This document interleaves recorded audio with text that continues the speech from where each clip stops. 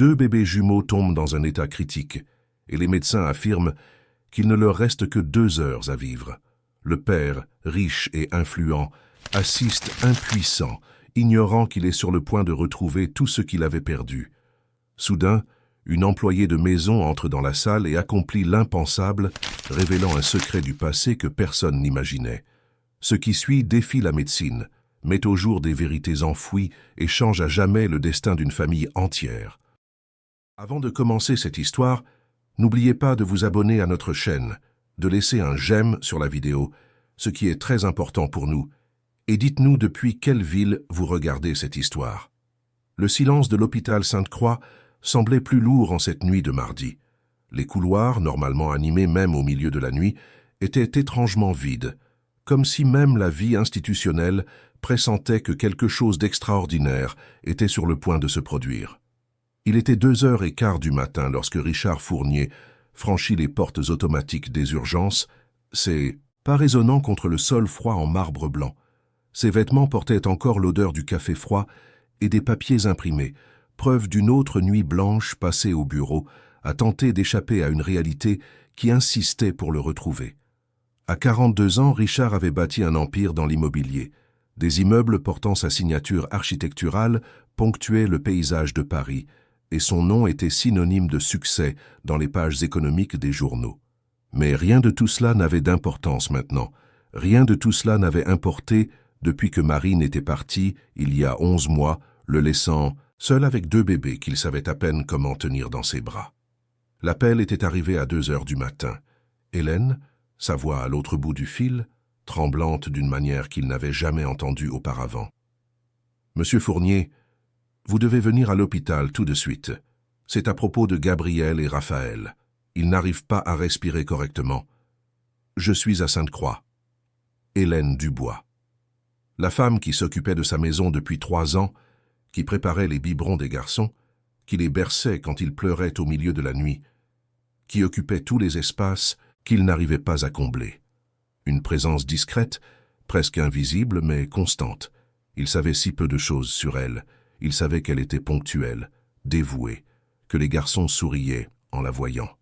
Il savait que Marine l'avait engagée personnellement, peu avant de découvrir qu'elle n'aurait pas beaucoup de temps pour élever les enfants qu'elle avait tant désirés. Mais Richard ne s'était jamais soucié d'en savoir plus. Pour lui, Hélène n'était qu'une employée efficace de plus dans sa vie organisée et compartimentée. Maintenant debout devant la réception de l'hôpital, Richard sentait ses jambes trembler. L'employé de la réception, une femme, d'âge moyen avec des lunettes suspendues à son cou, l'observait avec un mélange de reconnaissance et de compassion. Il était connu ici. Il avait fait un don important à l'aile pédiatrique 2 ans plus tôt, quand Marine était encore en vie et qu'il rêvait d'avoir une famille nombreuse. « Monsieur Fournier, dit-elle doucement, on vous attend au 4e étage. La docteure Béatrice Chambord s'occupe de vos garçons. » L'ascenseur montait lentement et Richard regardait les chiffres changer sur le panneau numérique. 4e étage, unité de soins intensifs néonatal. Chaque seconde semblait une éternité et il sentait son cœur battre à tout rompre dans sa poitrine. Lorsque les portes s'ouvrirent, l'odeur caractéristique d'hôpital, un mélange de désinfectant et de quelque chose qu'il ne pouvait identifier, peut-être l'espoir mêlé au désespoir, envahit ses sens. Hélène était là, assise sur l'une des chaises en plastique bleu du couloir, les mains jointes sur ses genoux, les yeux fixés au sol. Quand elle le vit, elle se leva rapidement, et pour la première fois, Richard remarqua qu'elle était plus jeune qu'il ne l'imaginait. Peut-être avait-elle 35 ans, les cheveux bruns attachés en une simple queue de cheval, vêtue d'une blouse blanche et d'un jean. Rien en elle n'attirait l'attention, sauf ses yeux. Il y avait quelque chose dans ses yeux, une profondeur qu'il n'avait jamais remarquée auparavant. « Monsieur Fournier, » dit-elle en s'approchant, « ils ont commencé par une légère fièvre hier après-midi. Je pensais que c'était normal, vous savez comment sont les bébés. Mais pendant la nuit, leur respiration est devenue difficile, très difficile. Je les ai amenés ici il y a 1 heure. » Il voulait lui demander pourquoi elle n'avait pas appelé plus tôt, mais les mots ne sortaient pas. En vérité, une partie de lui connaissait la réponse. Il avait été clair depuis la mort de Marine qu'il ne voulait pas être dérangé par les détails de l'éducation de ses enfants. Il avait considérablement augmenté le salaire d'Hélène, lui avait donné carte blanche pour prendre toutes les décisions nécessaires et s'était réfugié dans le travail. Les garçons avaient tout ce dont ils avaient besoin. La meilleure nourriture, les meilleurs vêtements, les meilleurs soins médicaux. Ils n'étaient simplement présents pour rien de tout cela. « Où sont-ils maintenant » demanda-t-il, la voix plus rauque qu'il ne l'aurait voulu. « Dans la chambre 3. La docteure Chambord est avec eux. Elle veut vous parler. » Richard suivit Hélène dans le couloir, remarquant pour la première fois sa façon de marcher, des pas fermes mais prudents, comme quelqu'un habitué à porter des choses précieuses. Ils s'arrêtèrent devant une porte vitrée, et à travers celle-ci, Richard put voir 2 petits berceaux entourés d'équipements. Gabriel et Raphaël, ses fils de 11 mois, étaient connectés à des tubes et des fils, des respirateurs artificiels, soulevant et abaissant leur petite poitrine, à un rythme mécanique qui sonnait comme une sentence de mort. C'est alors que la docteure Chambord apparut, une femme d'une 50aine d'années, aux cheveux grisonnants et à l'expression grave. Elle fit signe à Richard de la suivre dans une petite pièce à côté, laissant Hélène à l'extérieur. « Monsieur Fournier, » commença la médecin, fermant la porte derrière eux, « je dois être direct. Les poumons des garçons sont en train de lâcher simultanément. C'est quelque chose que je n'ai jamais vu chez des jumeaux de cet âge. Nous avons fait tous les examens possibles, appliqué tous les protocoles. Mais la situation est critique. » Richard s'assit lourdement sur une chaise, ses jambes cédant enfin. « Qu'est-ce que cela signifie exactement ?» « Cela signifie que nous avons très peu de temps, peut-être 2 heures, tout au plus. Nous faisons tout ce que nous pouvons, mais... » Elle marqua une pause, choisissant ses mots avec soin. « Je pense qu'il serait important que vous soyez près d'eux maintenant. 2 heures. » Les mots résonnèrent dans la tête de Richard comme un gong sinistre. 2 heures pour dire adieu à des fils qu'il connaissait à peine. 2 heures pour accepter qu'il avait complètement échoué en tant que père. 2 heures pour comprendre que la seule personne qui avait vraiment aimé Gabriel et Raphaël au cours des 11 derniers mois était dehors, à attendre dans le couloir.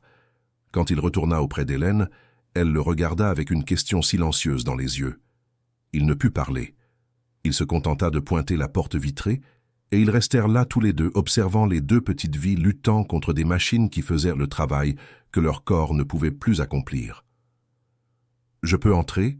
demanda Hélène après quelques minutes. « Les visiteurs ne sont pas autorisés en soins intensifs néonatals, » répondit automatiquement Richard, répétant ce que l'infirmière lui avait expliqué.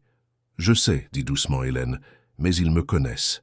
Ils savent qui je suis. » Il y avait quelque chose dans sa façon de dire cela qui poussa Richard à la regarder plus attentivement. Ce n'était pas seulement une employée parlant des enfants dont elle avait la charge. C'était quelque chose de plus profond, de plus viscéral, comme une mère parlant de ses propres enfants. « Monsieur Fournier, » continua Hélène, « puis-je vous poser une question ?» Il hocha la tête, incapable de parler. « Les avez-vous déjà tenus dans vos bras, depuis qu'ils sont nés ?» La question le frappa comme un coup de poing dans l'estomac. La réponse était non. Il avait tenu les garçons quelquefois juste après leur naissance, quand Marine était encore là pour le guider. Mais après sa mort, il s'était convaincu qu'il valait mieux laisser les soins à quelqu'un de plus expérimenté. Quelqu'un qui ne tremblait pas de peur à chaque fois qu'il fallait changer une couche ou préparer un biberon. « Savent-ils qui je suis ?» demanda-t-il, la voix à peine un murmure. Hélène ne répondit pas, immédiatement. Elle regarda les bébés à travers la vitre et Richard vit une larme couler sur sa joue. « Ils savent qui les aime, » dit-elle enfin. À cet instant, toutes les défenses que Richard avait construites autour de lui s'effondrèrent. Il s'appuya contre le mur du couloir et se mit à pleurer. Non pas les pleurs contenus d'un homme d'affaires habitué à contrôler ses émotions, mais les pleurs dévastateurs de quelqu'un qui venait de réaliser qu'il avait perdu bien plus qu'une épouse. Il avait perdu la chance d'être un père pour ses propres enfants. Hélène s'approcha et, avec hésitation, posa une main sur son épaule. « Monsieur Fournier, il est encore temps. »« 2 heures, » dit-il entre les larmes. « 2 heures. Ce n'est le temps de rien. »« C'est le temps d'être présent, » répondit Hélène. « C'est le temps pour eux de savoir que leur père est là. » Mais pendant qu'il parlait, les alarmes se mirent à retentir dans la chambre 3. Des lumières rouges clignotaient sur les moniteurs et l'équipe médicale entra rapidement. À travers la vitre, Richard vit la docteure Chambord s'affairer frénétiquement au-dessus d'un des berceaux. Il ne pouvait, distinguer s'il s'agissait de Gabriel ou de Raphaël. Une infirmière sortit de la chambre et se dirigea vers eux. « La docteure Chambord m'a demandé de vous informer que vous feriez mieux de vous préparer. Les signes vitaux chutent très rapidement. » Richard sentit le monde tourner autour de lui. C'était donc ça. Il allait perdre ses fils de la même manière qu'il avait perdu Marine, en regardant de loin, impuissant, tandis que la vie lui glissait entre les doigts. Mais Hélène s'était éloignée de lui et marchait d'un pas déterminé vers la chambre 3. Lorsque l'infirmière tenta de l'arrêter, elle dit quelque chose que Richard n'entendit pas clairement, mais qui fit reculer l'employée, confuse. « Attendez !» appela Richard. « Qu'est-ce que vous faites ?» Hélène s'arrêta à la porte de la chambre et se tourna vers lui. Un instant, Richard vit quelque chose de différent sur son visage. Une détermination qui allait bien au-delà du dévouement d'une employée, une douleur qui reflétait la sienne, et une compétence qu'il n'avait jamais perçue auparavant. « Monsieur Fournier, dit-elle, la voix ferme malgré les larmes, il y a des choses sur moi que vous ne savez pas. Des choses que vous auriez peut-être dû demander il y a bien longtemps. » Et sur ce, elle poussa la porte de la chambre 3 et disparut à l'intérieur, laissant Richard seul dans le couloir, observant à travers la vitre sa vie entière changée pour toujours. Ce qui se passa à l'intérieur de la chambre 3 dans les minutes qui suivirent fut quelque chose que l'équipe médicale de l'hôpital Sainte-Croix n'oublierait jamais. Richard resta collé à la vitre, le cœur battant si fort qu'il pouvait sentir son pouls dans ses tempes, observant une scène qui semblait surréaliste. Hélène était entrée dans la pièce avec une assurance qui ne correspondait en rien à la femme timide et réservée qu'il connaissait. L'infirmière qui avait tenté de l'arrêter à la porte était maintenant adossée au mur, bouche bée, tandis qu'Hélène se dirigeait directement vers la docteure Chambord. « Docteur, il faut que vous m'écoutiez, » dit Hélène, la voix ferme et professionnelle. « Mon nom est Hélène Dubois, inscrite à l'Ordre des médecins de Paris sous le numéro 52-847. Je suis spécialiste en néonatologie avec 15 ans d'expérience en soins intensifs néonatals. J'ai une proposition. » La docteure Chambord cessa ce qu'elle faisait et regarda Hélène comme si elle venait de parler une autre langue. « Pardon, mais qui êtes-vous? Comment êtes-vous entrée ici? »« Je m'occupe de ces bébés depuis 11 mois, » répondit Hélène en s'approchant des berceaux. « Et je sais exactement ce qui leur arrive. C'est un syndrome de détresse respiratoire simultanée. J'ai déjà vu ça chez des jumeaux prématurés qui ont subi un stress émotionnel sévère. » Richard sentit le sol vaciller sous ses pieds. Hélène était médecin? Comment était-ce possible? Pourquoi travaillait-elle comme employée de maison si elle était spécialiste en médecine néonatale? « Écoutez, madame, » commença la docteure Chambord, mais Hélène l'interrompit. « S'il vous plaît, nous n'avons pas le temps pour la bureaucratie. Regardez les moniteurs. La saturation en oxygène chute rapidement chez les deux. Ils ne répondent pas à la ventilation mécanique parce que le problème n'est pas seulement physiologique, il est émotionnel. Ils ressentent l'absence de leur mère, ils ressentent la distance de leur père, et leurs corps sont en train de s'éteindre. »« C'est impossible, » dit la docteure, mais il y avait de l'incertitude dans sa voix. « Des bébés de 11 mois n'ont pas cette conscience émotionnelle. »« Les jumeaux, si, » répliqua Hélène se déplaçant déjà vers le premier berceau. « Surtout des jumeaux qui ont perdu leur mère et ont été privés du contact paternel. Ils se nourrissent du lien qui les unit l'un à l'autre et à ceux qui les aiment.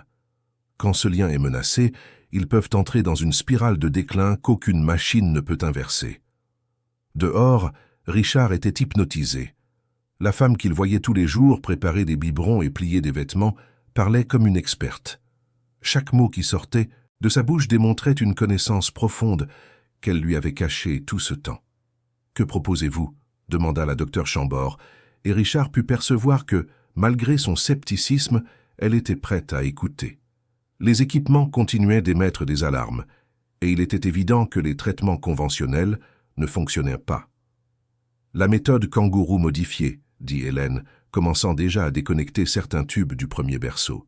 « Je vais les positionner en contact peau à peau avec moi, leur permettant de sentir la chaleur humaine, des battements de cœur réguliers et une respiration naturelle. C'est une méthode qui fonctionne chez les prématurés, mais elle n'a jamais été testée dans une situation aussi extrême. »« Vous ne pouvez pas faire ça, » protesta l'infirmière. « Vous n'avez pas l'autorisation, vous ne faites pas partie de l'équipe. Béatrice. » Hélène s'adressa directement à la médecin responsable. Est-ce que vous me reconnaissez ?» La docteure l'observa pendant quelques secondes, fronçant les sourcils.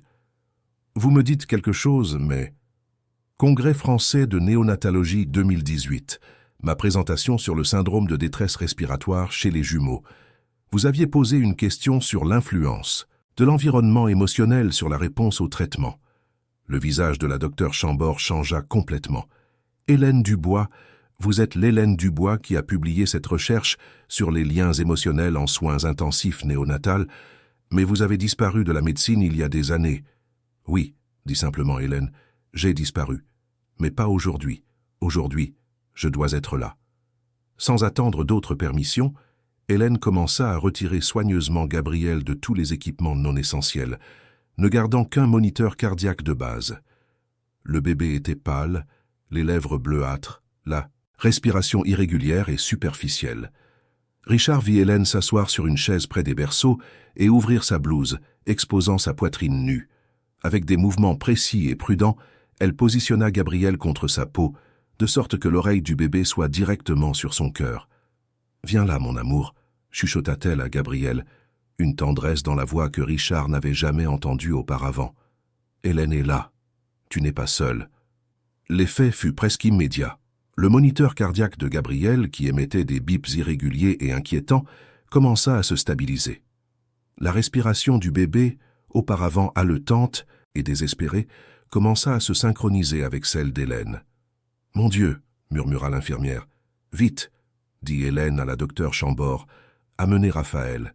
Ils ont besoin d'être ensemble. » La médecin, maintenant complètement captivée par ce qu'elle voyait, amena rapidement Raphaël et le positionna à côté de Gabriel, également en contact direct avec la peau d'Hélène.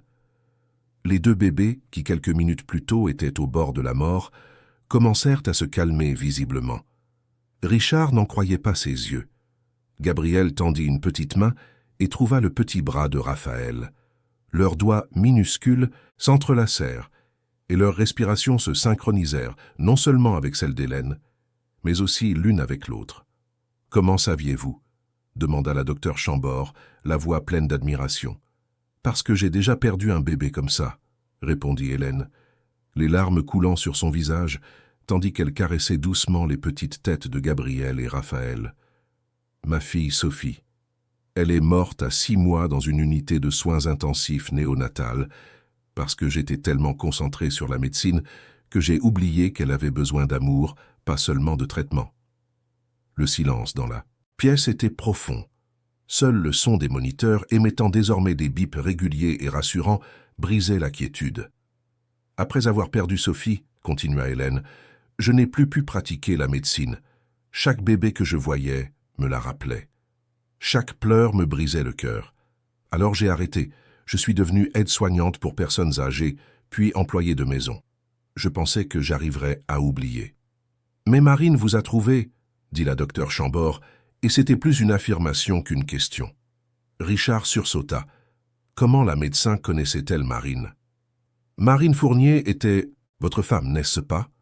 La docteure Chambord se tourna vers la vitre, sachant que Richard écoutait.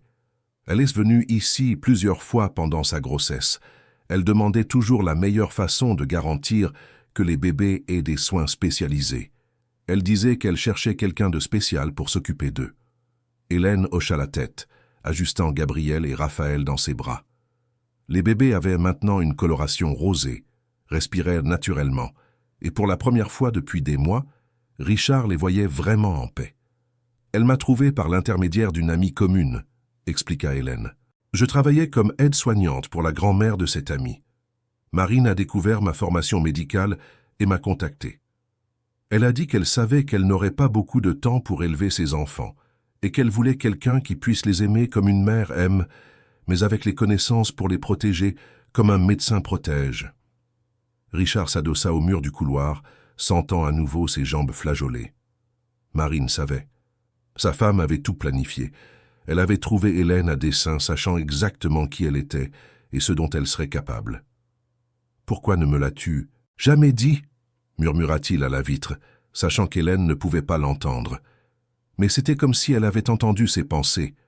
Hélène regarda vers la vitre, ses yeux rencontrant ceux de Richard pour la première fois cette nuit-là. Parce que Marine m'a demandé de vous laisser le découvrir par vous-même quand vous seriez prêt, dit-elle assez fort pour qu'il l'entende à travers la porte. Elle a dit que vous aviez besoin de temps pour surmonter sa perte avant de pouvoir accepter que quelqu'un d'autre puisse aimer les garçons. Les moniteurs continuaient d'émettre des sons, stables et réconfortants. Gabriel et Raphaël dormaient profondément sur la poitrine d'Hélène, leur respiration synchronisée, leur petit corps enfin détendu. La docteure Chambord vérifia les signes vitaux et secoua la tête avec admiration. « Je n'ai jamais rien vu de pareil. La saturation en oxygène est à des niveaux normaux, les battements cardiaques sont réguliers, la pression artérielle s'est stabilisée. »« Combien de temps doivent-ils rester comme ça ?» demanda l'infirmière. « Quelques heures, » répondit Hélène. « Peut-être toute la nuit. Ils ont besoin de sentir qu'ils sont en sécurité, que quelqu'un s'occupe d'eux, qu'ils ne seront pas abandonnés à nouveau. » C'est alors que la porte de la chambre s'ouvrit et un homme en costume apparut, accompagné de 2 agents de sécurité de l'hôpital. Richard reconnut le type, administrateur de l'hôpital, probablement le directeur médical. « Docteur Chambord, » dit l'homme avec autorité, « nous avons reçu une plainte indiquant qu'une personne non autorisée effectue des procédures médicales dans cette salle. Nous devons arrêter cela immédiatement. »« Docteur Charvet, » la docteure Chambord se leva. « S'il vous plaît, regardez les moniteurs. Cette intervention a sauvé la vie de ces enfants. »« Cela n'a aucune importance, » répliqua le docteur Charvet. « Nous avons des protocoles à suivre.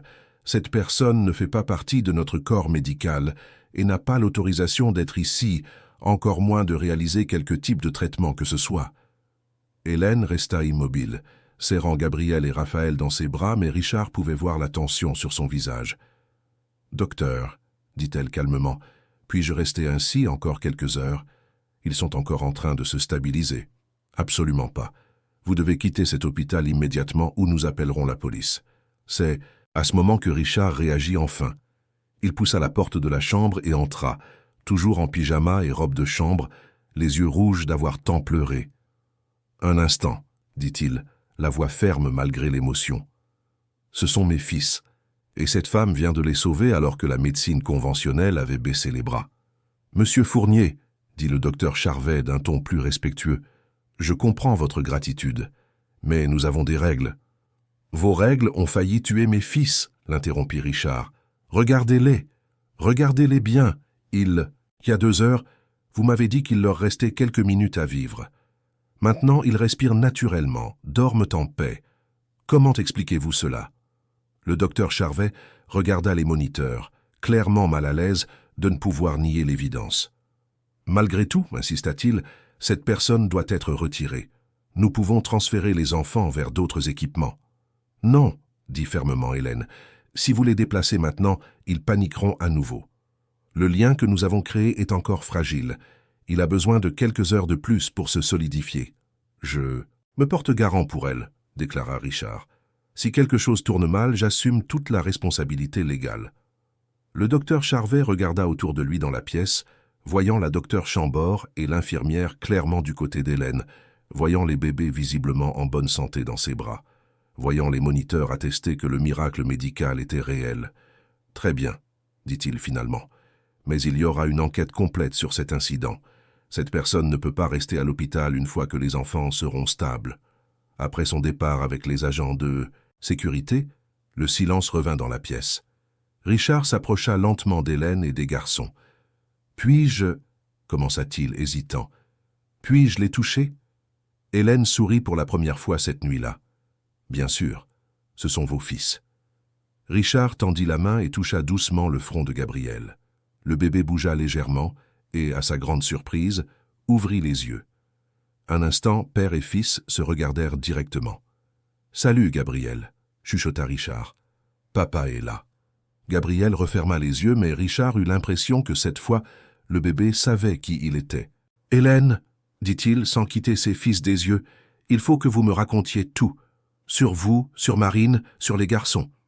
J'ai besoin de comprendre comment je me suis autant éloigné du père qu'ils méritent. »« Après qu'ils seront complètement stables, » répondit Hélène. « Pour l'instant, l'important est qu'ils sachent que nous sommes tous les deux là, ensemble. » Et là, dans la chambre 3 de l'hôpital Sainte-Croix, commença une conversation qui allait changer leur vie à tous pour toujours. Une conversation sur l'amour, la perte, les secondes chances et sur la façon dont, parfois, la personne qui sauve une vie est exactement celle que l'on s'attend le moins à rencontrer. Les premières heures du matin arrivèrent avec une lumière douce qui s'infiltrait à travers les rideaux de la chambre 3. Hélène était restée dans la même position depuis l'aube, Gabriel et Raphaël dormant profondément sur sa poitrine. Les moniteurs continuaient d'émettre des sons rassurants, et pour la première fois en 11 mois, Richard ressentait une paix authentique en observant ses fils. Il avait passé toute la nuit là, assis sur une chaise à côté d'Hélène, observant chaque mouvement des bébés, chaque changement sur les moniteurs. Il avait tenté de discuter avec elle à plusieurs reprises, mais Hélène insistait sur le fait qu'il devait attendre que les garçons soient complètement stables. Les conversations sérieuses peuvent perturber l'énergie de l'environnement, avait-elle expliqué. Les bébés ressentent tout. Maintenant, avec la lumière du jour, la docteure Chambord entra dans la chambre pour vérifier les signes vitaux. « Impressionnant », murmura-t-elle en vérifiant les chiffres. « Complètement normaux. Respiration, rythme cardiaque, température, tout est dans les paramètres idéaux. »« Puis-je les remettre dans leur berceau ?» demanda Hélène. « Essayons », répondit la docteure, mais lentement. Au moindre signe de stress, nous revenons au contact peau à peau. Avec des précautions extrêmes, Hélène transféra d'abord Gabriel dans son berceau. Le bébé bougea légèrement, mais continua de dormir. Puis, ce fut le tour de Raphaël. Tous deux restèrent calmes, respirant naturellement. « Ils ont passé le plus dur, » déclara la docteure Chambord, « mais je veux les garder en observation pendant au moins 48 heures. » C'est alors qu'apparut à la porte de la chambre le même docteur Charvet de la nuit précédente, accompagné d'une femme que Richard ne connaissait pas. « Docteur Chambord, » dit le directeur médical, « je dois parler à Madame Hélène Dubois. Voici la docteure Françoise Sylvain, de la commission d'éthique de l'hôpital. » Hélène se leva lentement, ajustant sa blouse. Richard remarqua qu'elle était épuisée, mais ne montrait aucun regret pour ce qu'elle avait fait. « Madame Dubois, » commença la docteure Sylvain, « hier soir, vous avez effectué une procédure médicale non autorisée dans cet hôpital. Bien que le résultat ait été positif, nous devons enquêter sur les circonstances. »« Je comprends, » répondit calmement Hélène. « Avez-vous une inscription active à l'Ordre des médecins ?»« Mon inscription au Kénome a été volontairement suspendue il y a 3 ans, » expliqua Hélène. « J'ai cessé d'exercer la médecine pour des raisons personnelles. Vous n'avez donc pas l'autorisation légale d'effectuer quelque intervention médicale que ce soit. Ce que vous avez fait hier constitue un exercice illégal de la médecine. » Richard sentit la colère lui monter à la gorge. « Elle a sauvé la vie de mes fils, alors que vous aviez déjà baissé les bras. »« Monsieur Fournier, » la docteure Sylvain s'adressa à lui, « nous comprenons votre gratitude, mais nous avons des protocoles à suivre. Si nous permettons à des personnes non autorisées de pratiquer la médecine dans notre hôpital, même avec de bonnes intentions, nous créerons un précédent dangereux. »« Que voulez-vous d'elle ?» demanda Richard. « Pour l'instant, elle doit s'éloigner de l'hôpital. Elle ne peut plus avoir de contact avec les patients jusqu'à la fin de l'enquête. » Hélène hocha la tête, s'approchant des berceaux pour leur dire au revoir. Elle embrassa doucement le front de Gabriel, puis celui de Raphaël. « Je vais laisser quelques instructions par écrit, » dit-elle à Richard, « sur les médicaments, les routines d'alimentation, les signes d'alerte à surveiller. »« Hélène, non, » dit Richard. « Vous n'allez nulle part, ils ont encore besoin de vous. »« Monsieur Fournier, » répondit-elle doucement, « les garçons vont bien maintenant, et vous devez apprendre à être leur père. » Ces mots frappèrent Richard comme une gifle. Elle avait raison, et cela faisait plus mal que n'importe quelle critique qu'il avait jamais reçue dans ses affaires. « Mais je ne sais pas comment faire, » admit-il, la voix brisée. « Je ne sais pas comment les tenir, comment les calmer quand ils pleurent, comment savoir s'ils sont malades. »« Alors apprenez, » dit Hélène, mais sans cruauté. Il y avait de la gentillesse dans sa voix. « Marine vous a laissé des choses. Il est peut-être temps de les regarder. » 1 heure plus tard, Richard conduisait seul vers la maison, avec Hélène à ses côtés sur le siège passager. Les bébés resteraient à l'hôpital encore 2 jours en observation, et pour la première fois en près d'1 an, Richard rentrait chez lui conscient que sa vie devait changer complètement. La maison où il vivait, dans le quartier de Saint-Germain-des-Prés, avait été choisie par Marine. Une construction des années 1940, rénovée avec soin pour préserver les détails d'origine, mais adaptée à une famille moderne. Elle avait un grand jardin à l'arrière, un bureau au rez-de-chaussée où Richard travaillait quand il n'était pas dans le centre de Paris, et des chambres spacieuses à l'étage. En entrant, Richard remarqua des détails qu'il n'avait pas vus depuis des mois, des jouets rangés dans des coins spécifiques du salon, des couches pliées en piles parfaites sur une commode, des biberons stérilisés dans la cuisine, la maison d'une famille avec des jumeaux, entretenue par quelqu'un qui en aimait chaque détail. « Hélène, dit-il en s'arrêtant dans le salon, où dormez-vous » Elle parut surprise par la question. « Dans la chambre de service, au fond. »« Je peux voir ?» Hélène hésita mais finit par le conduire à une petite chambre au fond de la maison. C'était simple, mais Richard fut choqué par ce qu'il y trouva. Les murs étaient couverts de photos de Gabriel et Raphaël à différents âges, de nouveau-nés jusqu'à des photos récentes.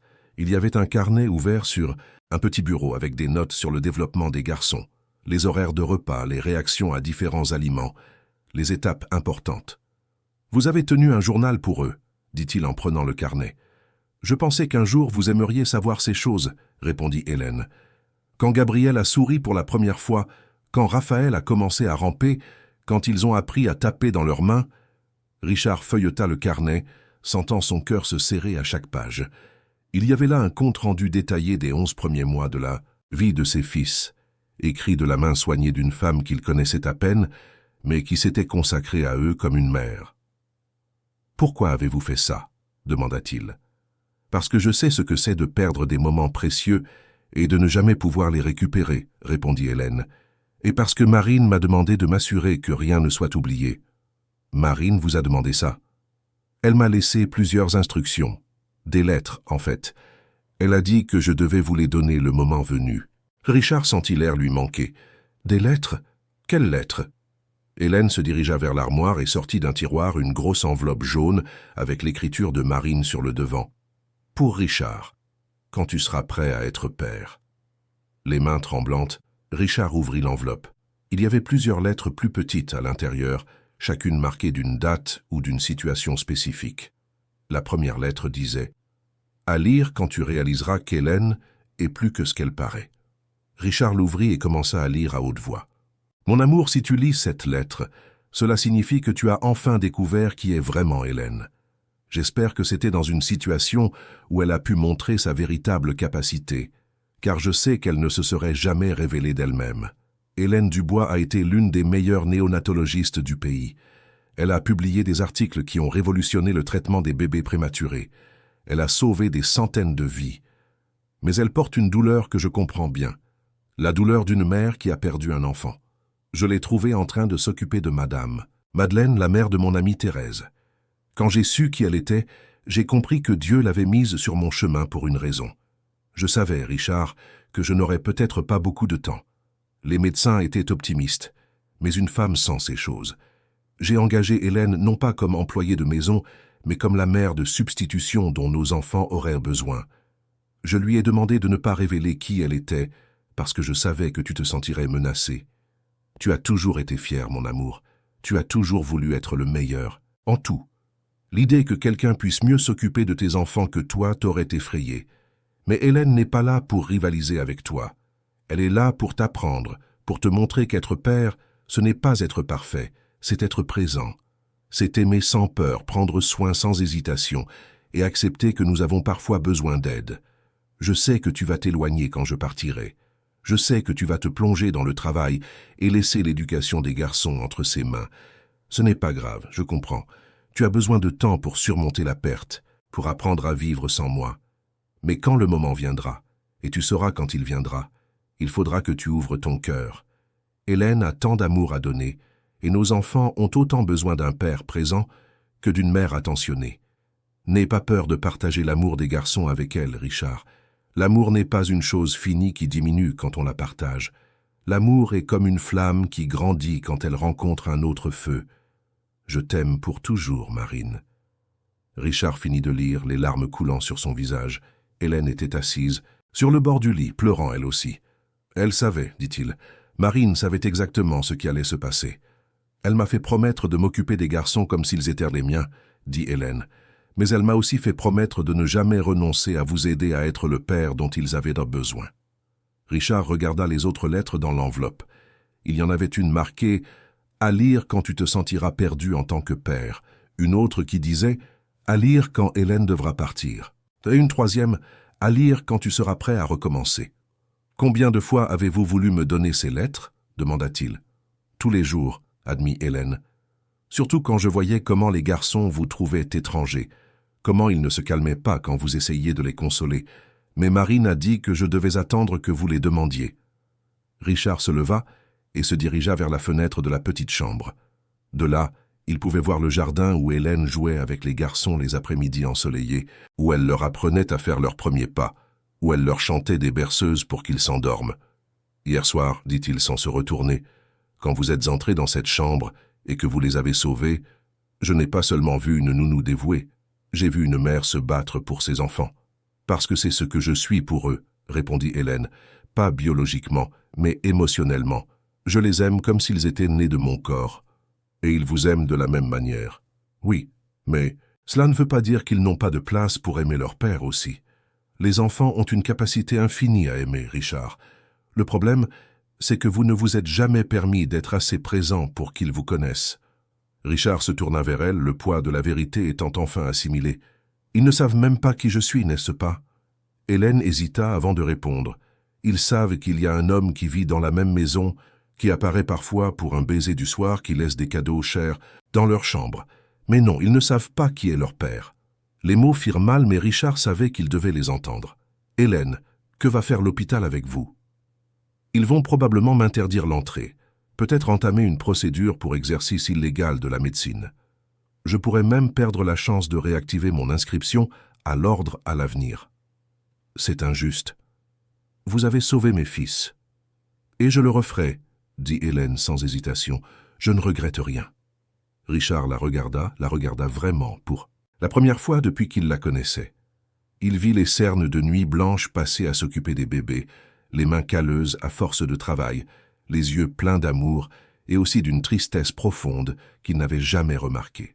« Parlez-moi de Sophie, dit-il. » Hélène sursauta. « Comment... » « Vous l'avez mentionné hier, votre fille. » Hélène ferma les yeux un instant, comme si elle rassemblait son courage pour parler de quelque chose qu'elle partageait rarement. « Sophie est née prématurément, commença-t-elle. 6 mois de grossesse. J'étais au travail quand j'ai eu des contractions prématurées. En tant que médecin, je pensais pouvoir tout contrôler, que mon expérience me donnerait un avantage. » Elle fit une pause, respirant profondément. « Sophie est restée en soins intensifs néonatals pendant 4 mois. Je lui rendais visite tous les jours, mais toujours en mode médecin, vous savez. Je vérifiais les examens, je parlais à l'équipe, je m'assurais qu'elle recevait le meilleur traitement, mais je la prenais rarement dans mes bras. Je restais rarement, simplement avec elle. Pourquoi? Parce que j'avais peur. Peur de trop m'attacher, peur que si je l'aimais trop et qu'elle ne survivait pas, je ne pourrais pas continuer. Alors j'ai gardé une distance émotionnelle. Je me suis occupé de sa médecine, mais pas de son cœur. Hélène se mit à pleurer silencieusement. La nuit où elle est morte, j'étais à la maison, en train d'étudier de nouveaux protocoles de traitement pour les prématurés. L'infirmière a appelé pour dire que son état se dégradait, mais j'ai pensé que ce n'était qu'un autre épisode d'instabilité. J'ai dit que j'arriverais le matin, mais Sophie est morte seule à 4 heures du matin, sans personne pour lui tenir la main. Richard sentit sa poitrine se serrer. L'histoire d'Hélène reflétait sa propre absence avec Gabriel et Raphaël. Après ça, je n'ai plus pu entrer dans une unité de soins intensifs. Chaque bébé me la rappelait. Chaque moniteur me faisait revivre cette nuit-là. J'ai arrêté la médecine et j'ai commencé à travailler avec des personnes âgées, puis avec des familles comme employés de maison. Je pensais que j'arriverais à oublier. Mais Marine vous a trouvé. Et elle a tout changé. Quand j'ai vu naître Gabriel et Raphaël, quand je les ai tenus pour la première fois, j'ai compris que Sophie m'avait préparé à cela, que toute ma douleur avait un but. Richard s'assit à côté d'elle sur le lit. « Hélène, j'ai besoin que vous m'appreniez. J'ai besoin d'apprendre à être leur père. Vraiment. Ils trouveront ça étrange au début, l'avertit-elle. Ils pleureront quand vous essaierez de les consoler. Ils me chercheront quand ils auront peur. Mais si vous êtes patient, je le serai. Je jure que je le serai. » Hélène sourit pour la première fois depuis leur arrivée à la maison. Alors commençons par la base. Comment tenir un bébé? Comment identifier les différents types de pleurs? Comment préparer un biberon à la bonne température? Et vous resterez? Même avec les problèmes à l'hôpital? Hélène le regarda longuement. Richard, hier vous m'avez vu comme médecin pour la première fois. Aujourd'hui vous me voyez comme la mère de substitution de vos fils. Mais il y a bien plus sur moi que vous ne savez pas. J'ai mes propres rêves, mes propres peurs, ma propre vie. Je sais, et je veux connaître tout ça. Pourquoi? C'était une question simple mais qui exigeait une réponse honnête. Parce que vous nous avez sauvés, dit finalement Richard. Pas seulement Gabriel et Raphaël hier soir. Vous avez sauvé notre famille au cours des 11 derniers mois, même quand je n'étais pas là pour en faire partie. Et maintenant, je veux y être. Je veux que vous trois sachiez que vous pouvez compter sur moi. Hélène resta silencieuse quelques minutes, assimilant ses paroles. « Il y a une autre lettre, dit-elle enfin, montrant l'enveloppe. Une que Marine a écrite pour moi, mais elle a dit que vous devriez la lire aussi le moment venu. Je peux la lire. » Hélène hocha la tête, lui tendant une enveloppe plus petite, avec l'écriture de Marine, pour Hélène et Richard, à lire ensemble. Ils ouvrirent la lettre et lurent en silence. « Mes chers, si vous lisez ceci ensemble, cela signifie que vous avez enfin compris ce que j'ai toujours su. Vous étiez faits pour vous occuper de ces bébés ensemble. Hélène, tu as la connaissance et l'expérience maternelle dont ils ont besoin. Richard, tu as l'amour paternel et la stabilité qu'ils méritent. Ne laissez pas l'orgueil, la peur ou les conventions sociales vous empêcher de construire la famille dont Gabriel et Raphaël ont besoin. Ils n'ont pas besoin de perfection. Ils ont besoin de présence, d'amour et de constance. Prenez soin l'un de l'autre aussi. Hélène, aide Richard à découvrir la joie d'être père. Richard, protège Hélène comme elle a protégé nos enfants. Et souvenez-vous, la famille, ce n'est pas seulement une question de sang. C'est une question de choix. C'est être présent dans les moments difficiles. C'est aimer quand il est difficile d'aimer. Vous êtes déjà une famille. Vous avez juste besoin de l'accepter. Avec tout mon amour, Marine. Quand ils eurent fini de lire, tous deux pleuraient. Mais c'étaient des larmes différentes maintenant. Ce n'était pas seulement la tristesse de la perte de Marine. C'était aussi l'espoir pour l'avenir qu'ils pourraient construire ensemble. « Hélène, dit Richard, quand nous irons chercher les garçons à l'hôpital, je veux que vous veniez vivre ici en tant que famille. Pas comme une employée, comme la mère qu'ils savent déjà que vous êtes. » Hélène le regarda avec surprise. « Richard, c'est ce que Marine voulait. C'est ce dont les garçons ont besoin.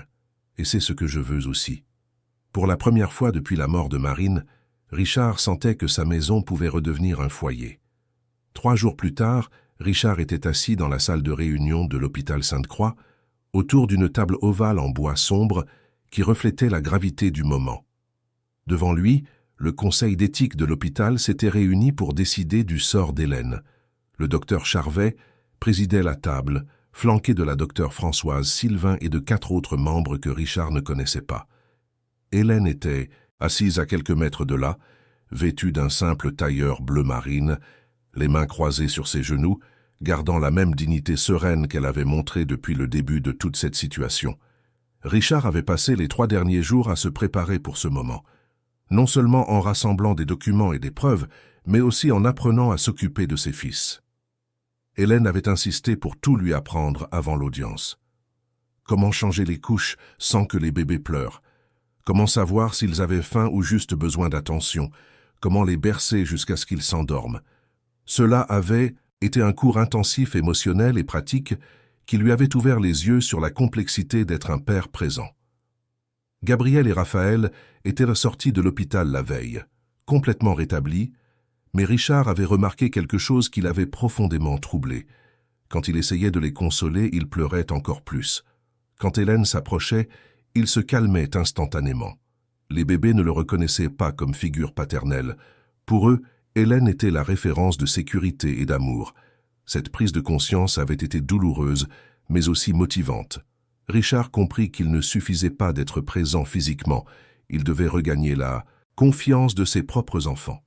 « Monsieur Fournier, commença le docteur Charvet, nous vous remercions de votre présence.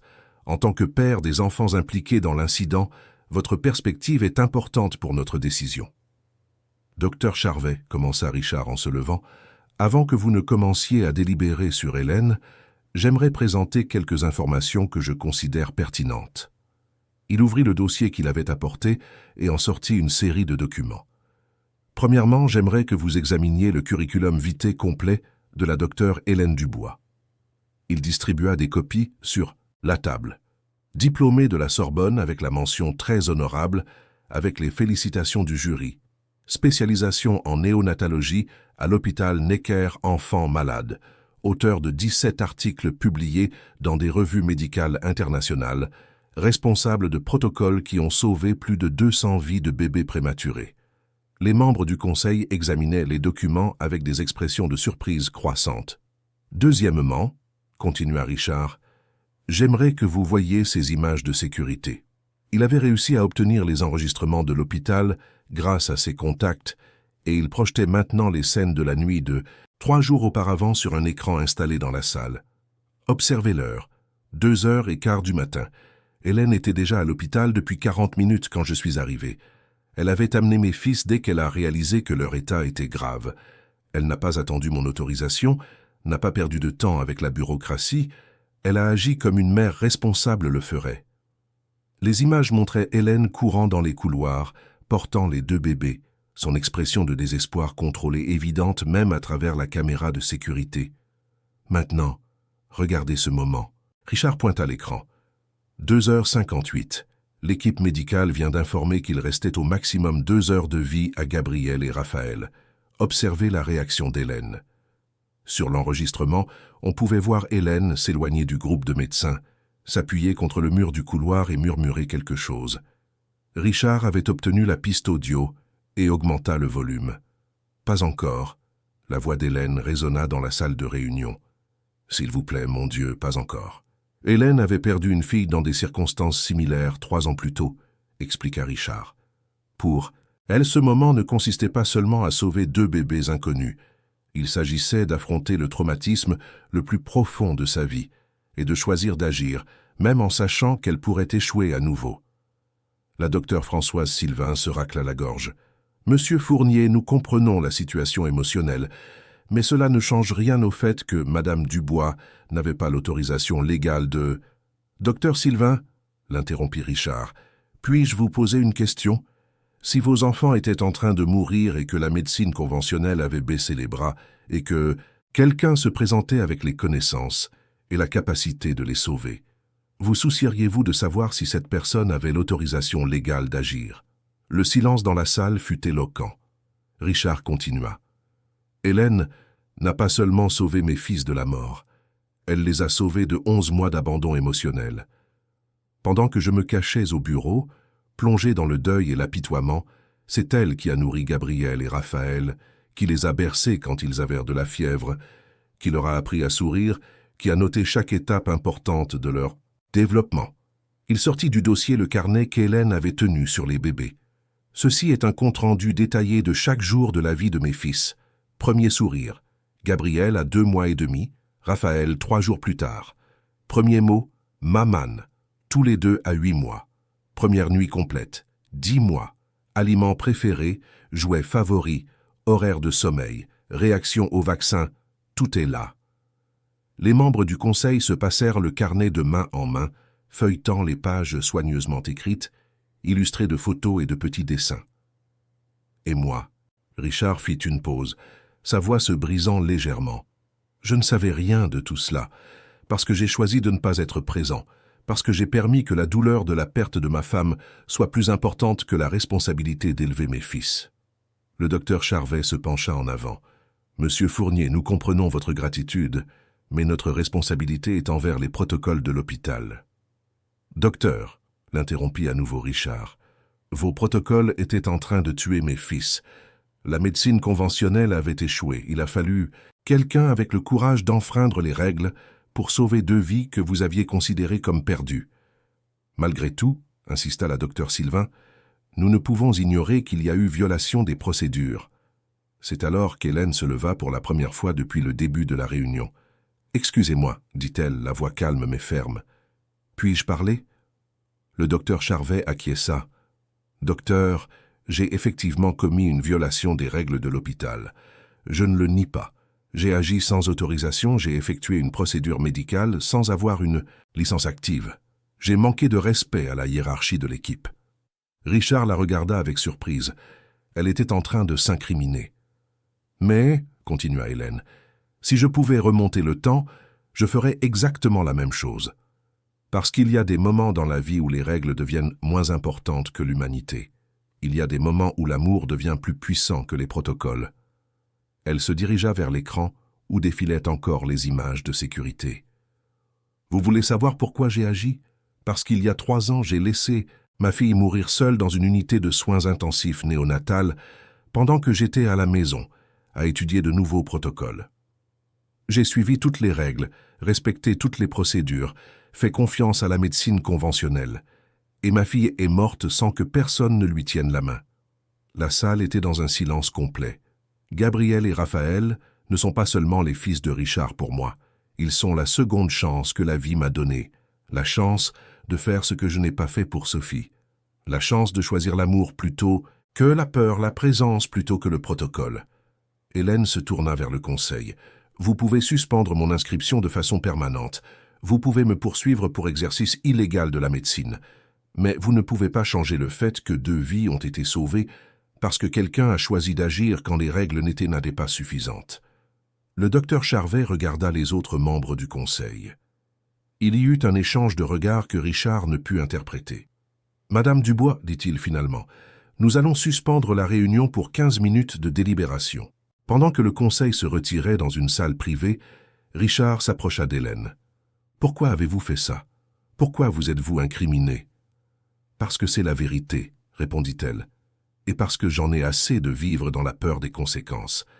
La médecine m'a beaucoup appris sur le fait de sauver des vies, mais vous et les garçons m'avez appris quelque chose de plus important, que cela vaut la peine de tout risquer pour ceux qu'on aime. » 15 minutes plus tard, le conseil revint.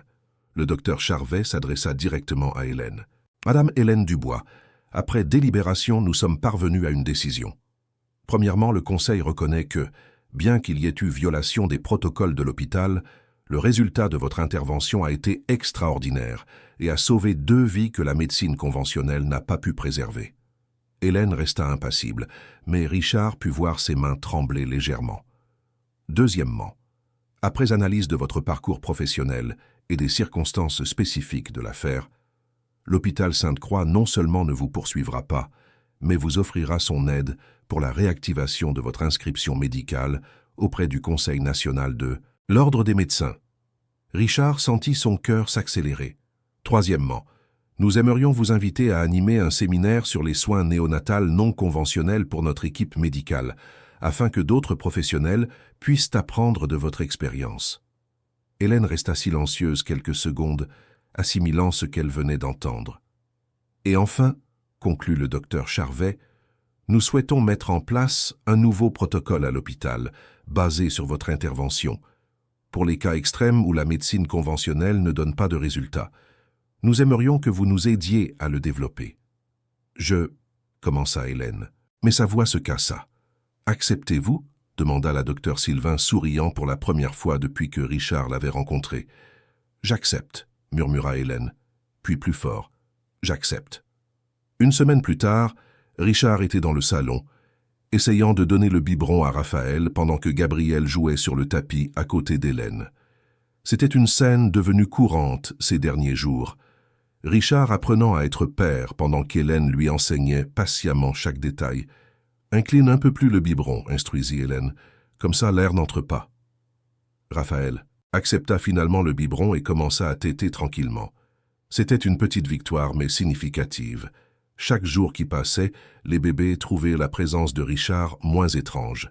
« Hélène, » dit-il en nourrissant Raphaël, « puis-je vous poser une question personnelle ?»« Bien sûr. Êtes-vous heureuse ici, en vivant avec nous, en vous occupant d'eux avec moi, en faisant partie de notre famille ?» Hélène arrêta de jouer avec Gabriel et regarda Richard. « Richard, au cours des 11 derniers mois, c'est la première maison où je me suis senti vraiment utile, pas seulement comme employé, mais comme personne. Gabriel et Raphaël m'ont redonné un but. Et vous? Elle hésita. Moi, quoi? Vous m'avez donné la chance de redevenir médecin, d'utiliser tout ce que j'ai appris pour quelque chose de bien, quelque chose qui compte.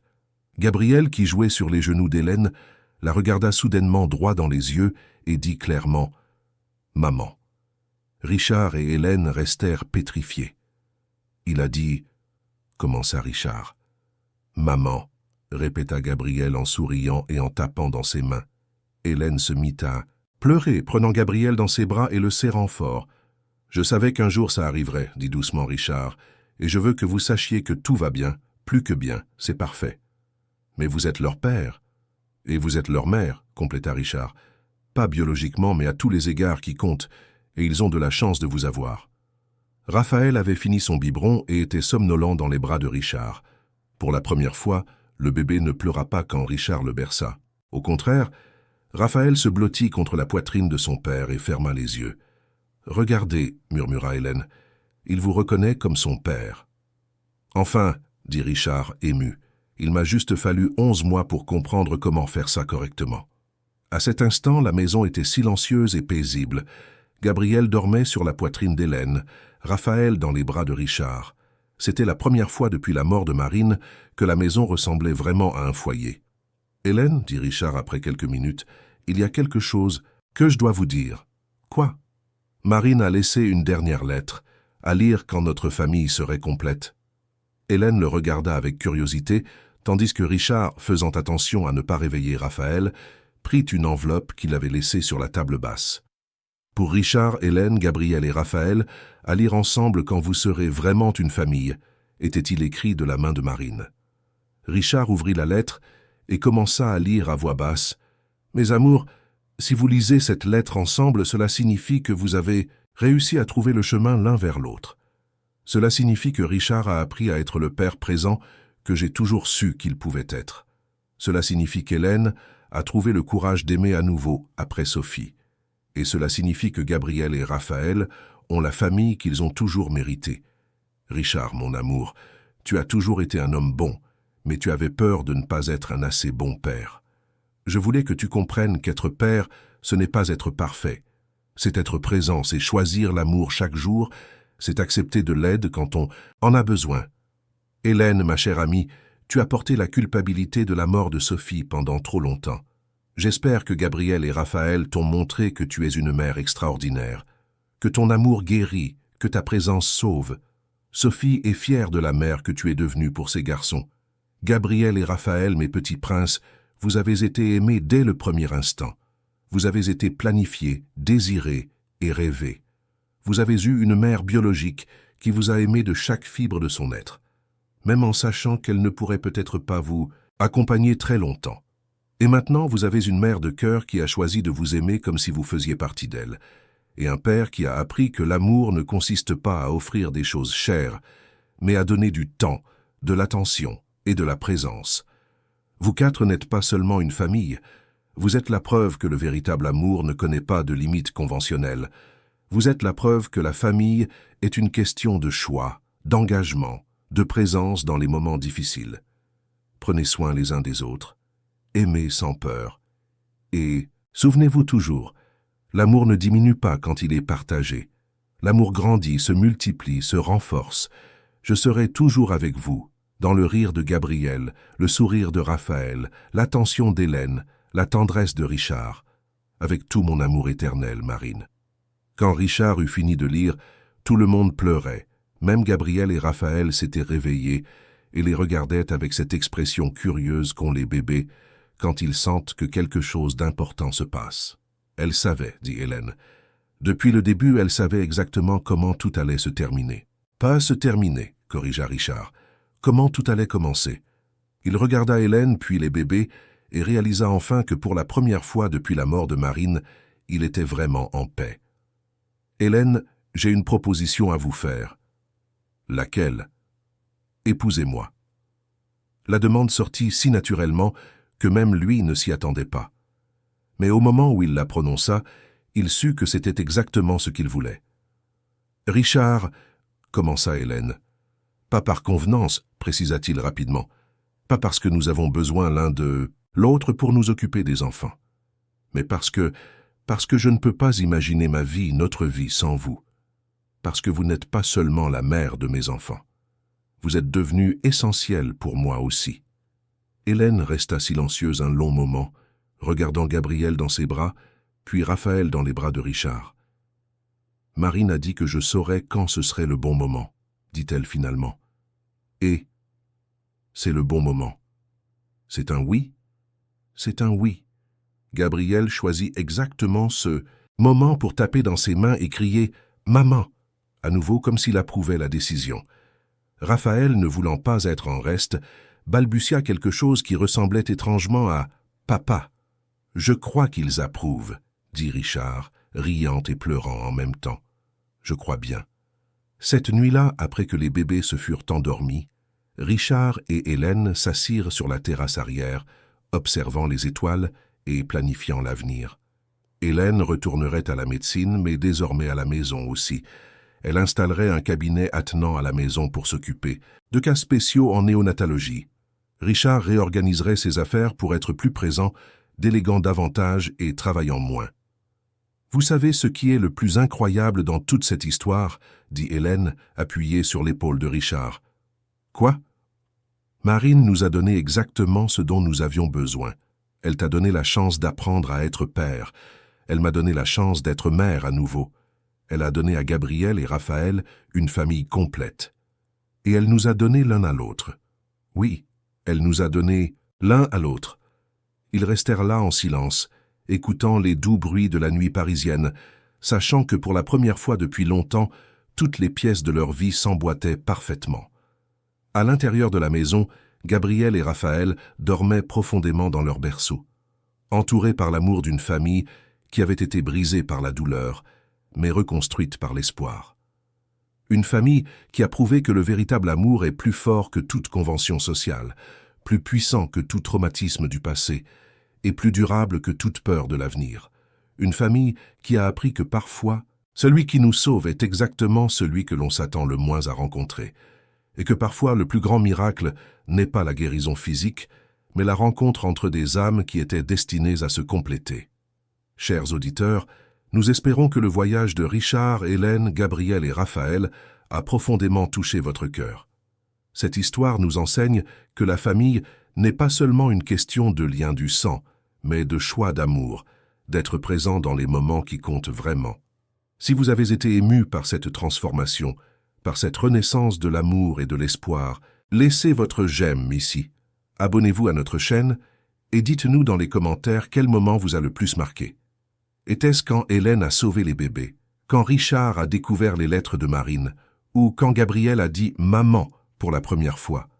Chaque jour, nous vous apportons des histoires comme celle-ci, qui révèlent le côté le plus profond et le plus vrai de l'âme humaine, qui montrent comment l'amour peut guérir les blessures les plus anciennes et construire des familles là où on s'y attend le moins. Nous vous attendons, ici pour le prochain épisode, avec une autre histoire qui touchera vos sentiments et vous montrera que des miracles se produisent lorsque nous ouvrons notre cœur à l'inattendu.